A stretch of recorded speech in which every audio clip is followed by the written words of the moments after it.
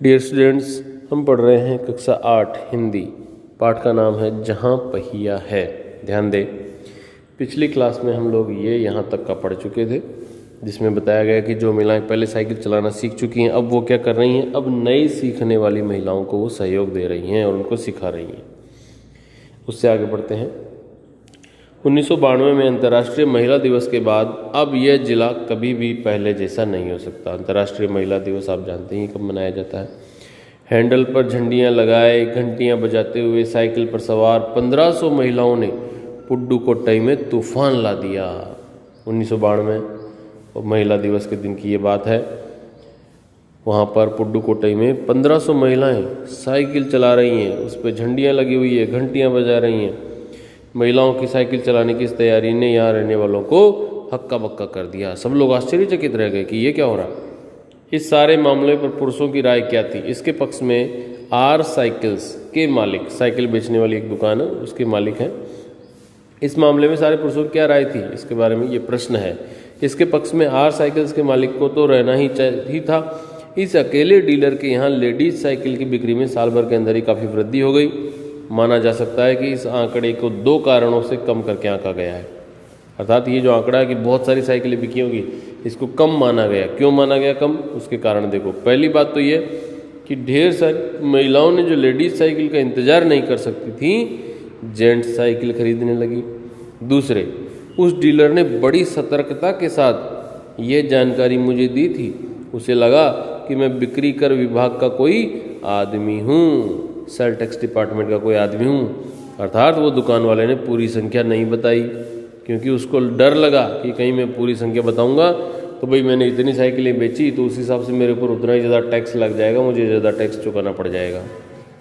तो ये 2 कारण थे जिसकी वजह से ये पता नहीं चल पाया कि कुल कितनी साइकिलें बिकी होंगी। आगे बढ़ते हैं। कुदिमी अन्नामलाई की चिलचिलाती धूप में एक अद्भुत दृश्य की तरह पत्थर के खदानों में दौड़ती भागती 22 वर्षीय मनोरमणी को लोगों ने साइकिल सिखलाते देखा। एक महिला दूसरी को साइकिल चलाना सिखा रही है। उसने मुझे बताया, हमारा इलाका मुख्य शहर से कटा हुआ है, यहाँ जो साइकिल चलाना जानते हैं उनकी गतिशीलता बढ़ जाती है, अर्थात वो कहीं भी तुरंत आ जा सकते हैं, क्योंकि शहर दूर है, सड़क वगैरह की व्यवस्था सही नहीं है। ऐसे में यदि हम साइकिल चलाना जानते हैं तो हम साइकिल चला के कहीं भी आ जा सकते हैं, तो हमारी गतिशीलता बढ़ जाती है, हमारा मूवमेंट बढ़ जाता है।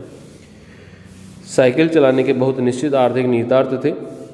अर्थात साइकिल चलाना यदि जानते हैं तो उससे हमें कहीं आर्थिक निहितार्थ मतलब आर्थिक फायदे भी मिल सकते हैं। इससे आय में वृद्धि हुई, इनकम बढ़ गई भैया।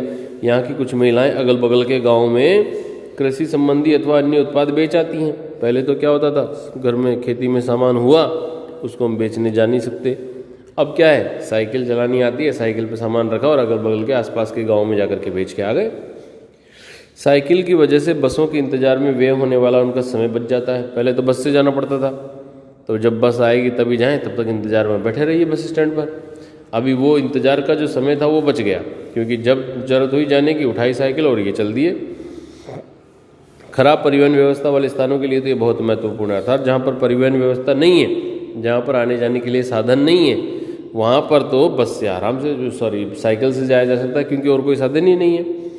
दूसरे, इससे इन्हें इतना समय मिल जाता है कि ये अपने सामान बेचने पर ज़्यादा ध्यान केंद्रित कर पाती हैं। अर्थात साइकिल से आती जाती हैं तो इनको बेचने के लिए ज़्यादा समय मिलता है, और इसीलिए अपना ये ज़्यादा बचा हुआ समय बेचने में पूरी तरह से लगा पाती हैं।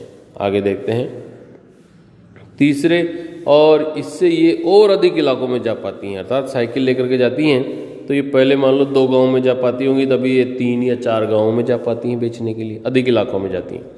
अंतिम बात यह है कि अगर आप चाहें तो इससे आराम करने का काफ़ी समय मिल सकता है। अर्थात साइकिल से जल्दी से गए, अपना काम किया, वापस आ गए, और उसके बाद में बचे हुए समय में आराम भी किया जा सकता है। जिन छोटे उत्पादकों को बसों का इंतजार करना पड़ता था, बस स्टॉप तक पहुंचने के लिए भी पिता, भाई, पति या बेटों पर निर्भर रहना पड़ता था, वे अपना सामान बेचने के लिए कुछ गिने चुने गाँवों तक ही जा पाती थी। पहले ये समस्या थी।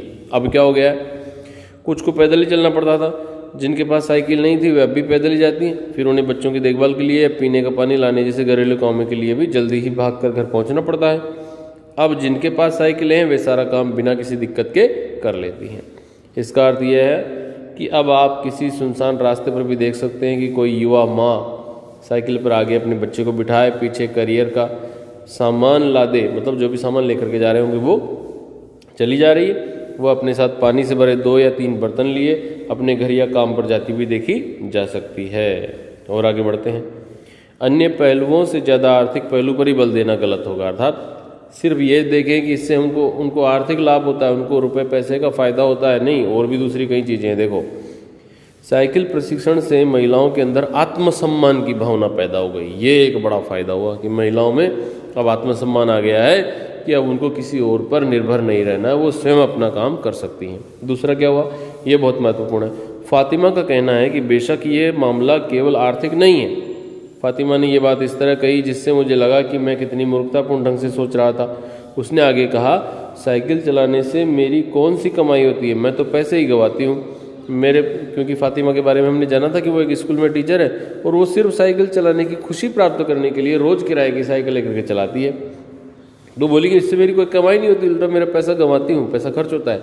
मेरे पास इतने पैसे नहीं है कि मैं साइकिल खरीद सकूँ, लेकिन हर शाम मैं साइकिल किराए पर साइकिल लेती हूँ ताकि मैं आज़ादी और खुशहाली का अनुभव कर सकूँ। पुडुकोट्टई पहुँचने से पहले मैंने इस विनम्र सवारी के बारे में कभी इस तरह सोचा ही नहीं था, ये लेखक का कहना है।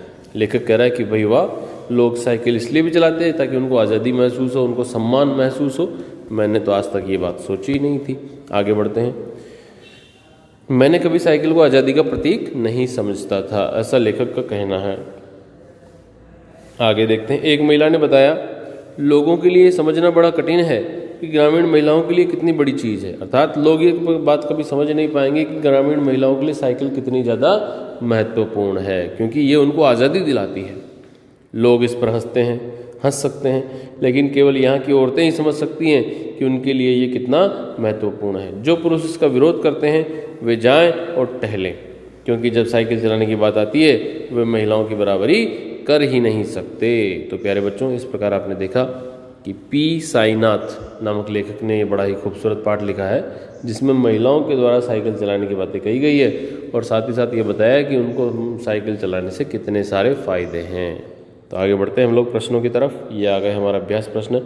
पहला प्रश्न देखो, उन जंजीरों को तोड़ने का जिनमें वो जकड़े हुए हैं कोई ना कोई तरीका तो लोग निकाल ही लेते हैं। आपके विचार से लेखक जंजीरों द्वारा किन समस्याओं की ओर इशारा कर रहा है। यहाँ पर जंजीरों से तात्पर्य है महिलाओं के घरों के अंदर बंद रहना, दूसरों पर निर्भर रहना, दूसरे कहीं लेकर के जाए तो ही जाए, वरना घर की चारदीवारी में बंद रहें और घर के काम करते जाएं, ये समस्या। आगे बढ़ते हैं अगले प्रश्न की तरफ। दूसरा प्रश्न, क्या आप लेखक की इस बात से सहमत हैं? अपने उत्तर का कारण भी बताइए। तो भाई हम इस लेखक की इस बात से बिल्कुल सहमत हैं, क्योंकि आज भी सच्चाई यही है कि हम ग्रामीण परिवेश में यदि जाएं तो महिलाएं पूरी तरह से दूसरों पर, और दूसरों में भी विशेष रूप से पुरुषों पर, अपने पिता पर, अपने पति पर, अपने भाई पर, अपने बेटे पर निर्भर हैं कि वो उनको कहीं लेकर के जाएगा तो वो जाएंगी, वो नहीं लेके जाएगा तो वो नहीं जा पाएंगी। तो ये बिल्कुल सही जवाब है। पहिया जो है ये आपको प्रश्न हल करके देखने, नोटबुक में सिर्फ ये 2 ही प्रश्न लिखने हैं, पहला और दूसरा। शीर्षक की बात में भी आप प्रश्न हल करेंगे, समझने की बात में भी प्रश्न हल करेंगे, साइकिल की बात में भी प्रश्न हल करेंगे और कल्पना से वाले प्रश्नों को भी आप हल करेंगे। भाषा की बात वाले प्रश्नों पर विशेष ध्यान देंगे और इनको अपनी रफ नोटबुक में भी लिखेंगे। तो प्यारे बच्चों, आज के लिए इतना ही है। Thank you.